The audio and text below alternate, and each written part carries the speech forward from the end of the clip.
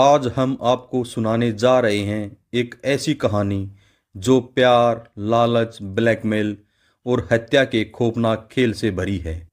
एक ऐसी महिला जो राजनीति में नाम कमा रही थी, एक ऐसा आदमी जो दोहरी जिंदगी जी रहा था और फिर एक रात सब कुछ खत्म हो गया। ये कहानी है हरियाणा के रोहतक की कांग्रेस नेता हिमानी नरवाल की, जिसकी सूटकेस में बंद लाश मिली और इस सनसनीखेज हत्या के पीछे था उसका सबसे खास दोस्त सचिन। आखिर ऐसा क्या हुआ? एक हंसती खेलती जिंदगी एक डरावनी मौत में बदल गई। कैसे हुआ इस मर्डर का खुलासा? क्यों इस केस ने पूरे हरियाणा को हिला कर रख दिया? आज हम आपको शुरू से लेकर आखिर तक इस खौफनाक मर्डर केस की पूरी कहानी सुनाने जा रहे हैं, बिल्कुल डिटेल में। तो बैठ जाइए आराम से, और अगर आपको क्राइम स्टोरी पसंद है तो चैनल को सब्सक्राइब जरूर कर लीजिएगा। साल था 2023। हरियाणा के रोहतक जिले में सुनारिया गांव की रहने वाली हिमानी नरवाल का नाम धीरे धीरे लोगों की जुबान पर आने लगा था। 28 साल की हिमानी तेज तर्रार, आत्मनिर्भर और अपनी अलग सोच रखने वाली महिला थी। उसने कांग्रेस पार्टी ज्वाइन की थी और महिलाओं के हक में आवाज उठानी शुरू की थी। राहुल गांधी की भारत जोड़ो यात्रा में भी राहुल गांधी जी के साथ में थी, लेकिन राजनीति से ज्यादा हिमानी सोशल मीडिया पर एक्टिव थी। वह अक्सर फेसबुक, इंस्टाग्राम और ट्विटर पर पोस्ट डालती थी, जिसे उसकी अच्छी खासी फैन फॉलोइंग बन गई थी। उसी दौरान उसकी मुलाकात सचिन नाम के एक लड़के से हुई। सचिन एक मोबाइल शॉप चलाता था और टेक्नोलॉजी में एक्सपर्ट था।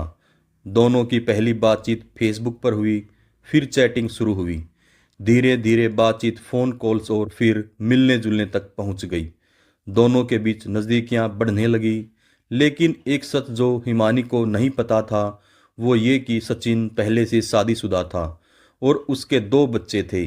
शुरुआत में सचिन ने अपनी शादी हिमानी से छुपाई, लेकिन जैसे जैसे उनका रिश्ता गहरा होता गया, वो सचिन से सवाल पूछने लगी। सचिन ने सच कबूला, हाँ मैं शादीशुदा हूँ, लेकिन मेरी पत्नी से मेरे रिश्ते ठीक नहीं हैं। हिमानी को यकीन हो गया सचिन उसे चाहता है और शायद वो अपनी शादी तोड़कर उसके साथ नई जिंदगी शुरू करेगा। लेकिन हिमानी को नहीं पता था उसका यह रिश्ता उसे मौत की ओर ले जा रहा है। हिमानी और सचिन का रिश्ता करीब 1.5 साल तक चला। इस दौरान सचिन हर हफ्ते हिमानी के घर आता जाता। धीरे धीरे हिमानी को सचिन के इरादों पर शक होने लगा।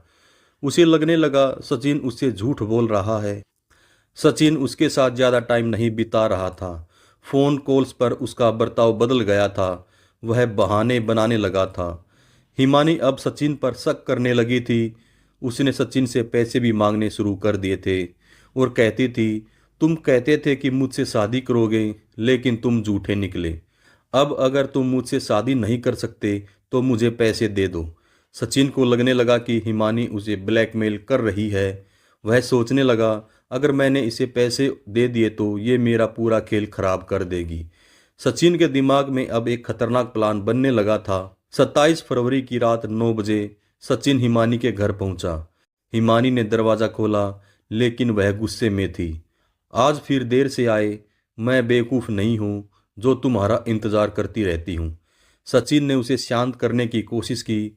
देखो मेरी सुनो, मैं बहुत परेशान हूँ। लेकिन हिमानी चुप नहीं हुई। उस रात बहस बहुत बढ़ गई। गुस्से में हिमानी ने कहा, अगर तुम मुझे पैसे नहीं दोगे तो मैं तुम्हारी बीवी को सब बता दूंगी। यह सुनकर सचिन का गुस्सा 7वें आसमान पर पहुंच गया। तभी उसने अचानक हिमानी के हाथ पकड़ लिए। हिमानी चिल्लाई, छोड़ो मुझे। लेकिन सचिन ने चुन्नी उठाई और उसके हाथ पैर बांध दिए। हिमानी चीख रही थी, लेकिन सचिन पर अब शैतान सवार था। उसने मोबाइल चार्जर की तार उठाई और हिमानी का गला घोंट दिया। धीरे धीरे उसकी चीखें बंद हो गई। हिमानी मर चुकी थी। अब सवाल था लाश का क्या किया जाए। सचिन ने एक बड़ा सूटकेस उठाया और हिमानी के शव को उसमें डाल दिया। लेकिन वो ये नहीं जानता था उसकी गलती उसे सीधा जेल पहुंचाने वाली है। सचिन के सामने अब सबसे बड़ा सवाल था, लाश का क्या किया जाए। हिमानी की बेजान लाश उसके सामने पड़ी थी। अगर किसी ने देख लिया तो मैं पकड़ा जाऊंगा, मुझे कुछ करना होगा। अब सचिन यही सोच रहा था। सचिन ने जल्दी जल्दी घर के कोनों को देखा, लेकिन उसे समझ नहीं आया कि लाश को कहाँ छुपाई। फिर उसकी नज़र पड़ी एक बड़े से सूटकेस पर। उसने हिमानी के शव को जबरदस्ती उस सूटकेस में ठूस दिया, हाथ पैर मोड़े, चेहरा नीचे कर दिया और फिर सूटकेस की जिप बंद कर दी। सुबह के 5 बजे सचिन ने सूटकेस उठाया और घर का दरवाजा खोला। रात का अंधेरा धीरे धीरे छट रहा था। गली में कुछ लोग सुबह की सैर के लिए निकल रहे थे। सचिन ने चुपचाप एक ऑटो बुलाया। ऑटो ड्राइवर ने पूछा, कहाँ जाना है? सचिन ने कहा, सांपला के बाहर छोड़ दो। ऑटो चल पड़ी। 28 फरवरी की दोपहर हरियाणा के सांपला इलाके में एक लावारी सूटकेस मिला। कुछ राहगीरों ने सूटकेस से आ रही गंदी बदबू की शिकायत पुलिस को दी। जब पुलिस ने सूटकेस खोला, उसमें एक औरत की लाश मिली। पूरे इलाके में हड़कंप मच गया। कौन थी ये औरत? किसने किया ये कत्ल? पुलिस ने सबसे पहला काम किया उसकी पहचान करने का, लेकिन शरीर पर कोई पहचान का निशान नहीं था। पुलिस ने सूटकेस के ब्रांड और सीरियल नंबर की जांच की। वहीं के पास के सीसीटीवी कैमरे को खंगाला गया। एक फुटेज में एक ऑटो दिखाई दिया जिसमें एक आदमी सूटकेस रखकर जा रहा था। ऑटो ड्राइवर को पकड़ा गया और पूछताछ में ड्राइवर ने बताया, साहब, उसने मुझसे कहा था सूटकेस में पुराने कपड़े हैं। मैंने ज़्यादा सवाल नहीं पूछे, लेकिन ड्राइवर ने एक अहम सुराग दिया। वो आदमी रोहतक से आया था। मैंने उसे वहाँ छोड़ा था। पुलिस अब रोहतक की ओर बढ़ चुकी थी। उसी दिन रोहतक पुलिस स्टेशन में एक गुमशुदगी की रिपोर्ट दर्ज हुई थी।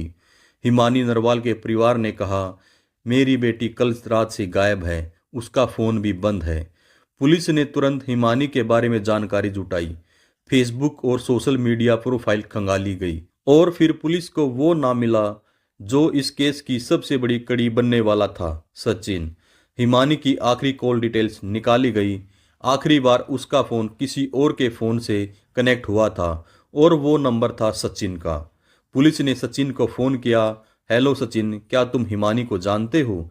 सचिन ने जवाब दिया, हाँ सर, जानता हूँ, लेकिन मैंने कई दिनों से नहीं देखा।